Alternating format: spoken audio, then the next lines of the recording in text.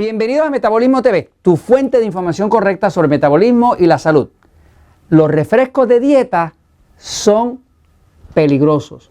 Yo soy Frank Suárez, especialista en obesidad y metabolismo, y hoy quiero compartir con ustedes una información que tenemos de investigación, de los estudios clínicos, de los estudios científicos que se hacen a través del planeta, donde básicamente reflejan que los refrescos de dieta son bien peligrosos. Por aquí tengo un refresco de dieta, algo bien conocido. Hay muchas personas que piensan de forma equivocada que para evitarse engordar deben usar un refresco de dieta. ¿Por qué usan un refresco de dieta? Pues usan un refresco de dieta porque no tiene azúcar.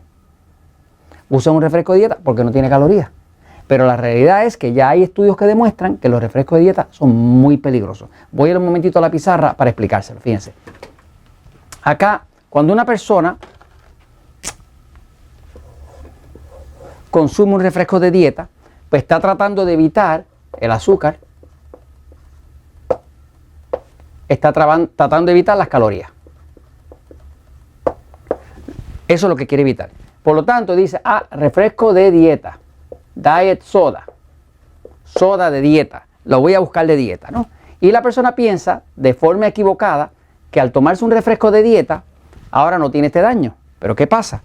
Que ya lo que se ha descubierto es que cuando una persona consume un refresco de dieta, el compuesto del refresco de dieta es que todavía el refresco de dieta continúa siendo una sustancia ácida, es un ácido.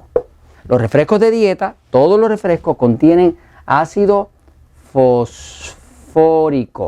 El ácido fosfórico es un ácido tan y tan corrosivo que cuando lo están transportando en un camión tanque a la fábrica donde van a hacer el refresco, tienen que llevarlo por fuera, por ley, rotulado como una sustancia corrosiva peligrosa. Todos los camiones que usted pueda ver en las carreteras, que van, camiones tanques que van hacia la fábrica donde se fabrican los refrescos, puede ser Coca-Cola, Pepsi-Cola, 7-Up, lo que sea, no importa. No importa la marca que sea, puede ser cola común. Todos ellos usan ácido fosfórico. El ácido fosfórico es lo que le da a usted el picorcito en la lengua. Cuando usted toma un refresco, ese burbujeo que usted siente, ese picorcito en la lengua, eso lo hace el ácido fosfórico.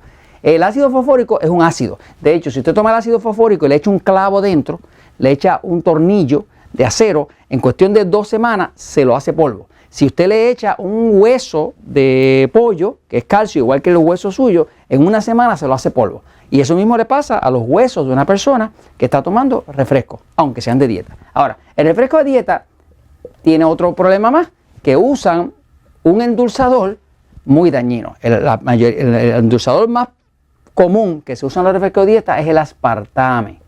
El aspartame es la sustancia que más quejas tiene de la FDA americana, del Food and Drug Administration americano, que es la Administración de Drogas y Alimentos Americanas, que es la que regula todos los medicamentos, todos los alimentos y demás, ¿no? No hay ninguna sustancia en toda la historia de Estados Unidos que tenga más quejas de los consumidores, más quejas formales que el aspartame. Hay muchas personas que tienen depresión causada por aspartame, otras personas tienen insomnio causado por aspartame. O sea, el aspartame inclusive es carcinógeno, o sea, es algo que produce cáncer. Entonces, básicamente, cuando usted está tomando un refresco de dieta, en vez de tomar agua, que es lo que debería tomar, que es pura agua, H2O, pues está tomando ácido fosfórico más aspartame.